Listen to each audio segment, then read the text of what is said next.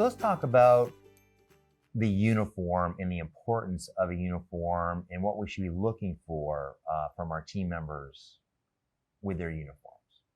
Uniforms are mainly they're designed for multiple reasons. They're designed for you to be a representation of your company, Right. as well as a lot of uniforms provide a level of protection for the type of work that you'll be performing. Mm-hmm.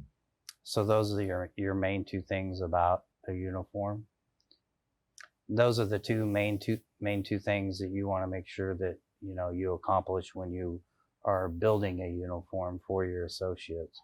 The other types of things is you want to make sure that they're cleaned and pressed and look presentable. Right.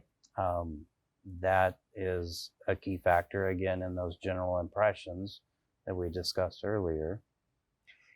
One of the uniform parts, if you will, even though it might not be issued by the organization, that I talk about a lot, are shoes. I think they're frequently overlooked, the importance of the type of shoe that you wear for the job. That is a very good point. Can you talk about that a little bit? Sure. Different types of shoes for different types of work. You don't want to wear an open-toe shoe if you are doing the dishwashing. If you're dealing with a very high temperature of those waters, you have the potential of scalding your feet or dropping a dish and making a laceration to your foot or something like that. So proper footing wear for the types of work that you're doing, working in a kitchen, you would want to wear a slip resistant shoe. If you're out and working with tools and things like that, a steel toe shoe might be appropriate.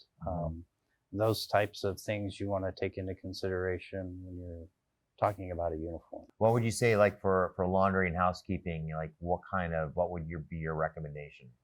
Definitely would want to choose a slip resistant shoe because in the laundry room you may have some water spills and you don't want some trips and falls going on with that. Right. You don't want to have anything that's open toed as well. You would want to have something that's covering your entire foot. Right.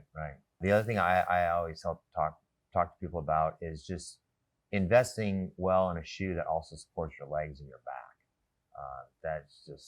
That's everything. Yeah, absolutely. It's the type of shoe that you wear, you want to make sure that you're going to be comfortable with the role that you're doing. You might be working 12 hours on your feet or 8 hours on your feet, and you want to make sure that the shoe is fit to be able to do that. Right. So some shoes may be a little bit more expensive, right? But it's important that you're able to stay on your feet during that time that you need to work. So spending that extra money on something that's more appropriate for that job will help you out as well. And they're probably going to last a lot longer as well. Well, that's certainly been my experience. I mean, the better the shoe, the longer it lasts. So if you look at it from, how much money you spend and how long you get to keep them, it's often cheaper in the long run to have a better pair of shoes. I wear a certain type of boot to work when I'm not dressed up, when I'm wearing a duty uniform. I've had those boots for 20 years. Oh, wow. I keep them cleaned and shined, and they're just as good as they were the day that I bought them. I was recently talking to a maintenance man, and it was a particularly hot day, and he did not have a second pair of boots, and he was wearing the same boots every day without letting them dry out. So 3 guesses what ends up happening. You end up with a foot fungus, or something's going on with your feet, and suddenly you're very uncomfortable. So if you're able to have 2 pairs of shoes, it's always nice to swap them out every other day to let them completely dry out. Uniforms are important for you as an individual to be able to provide you with a presentation of the company that you are working for, as well as a lot of uniforms also provide a level of protection for you. So your uniform is good to be good and pressed and cleaned and ready for the day when you report to work. What about, parts of the uniform that you have to provide? Like as an example, shoes and belts and things like that. Shoes are something that you want to take into consider depending on the type of work that you're doing. Like if you're working in a kitchen area, it's important that you wear a slip resistant shoe to where you have that ability to be able to work in environments that have the potential to be unsafe with water on the floor. You don't want to slip and trip and fall.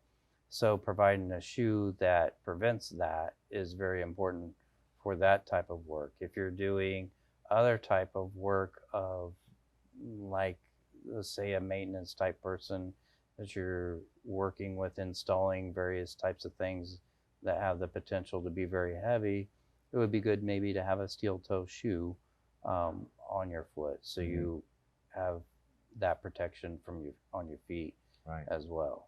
What about other, in terms of protection, we're talking about that. So give us an example, like in say laundry or housekeeping. I mean, what are the type of uniforms that we want to see our associates in? You want to have something that make sure that it protects the person.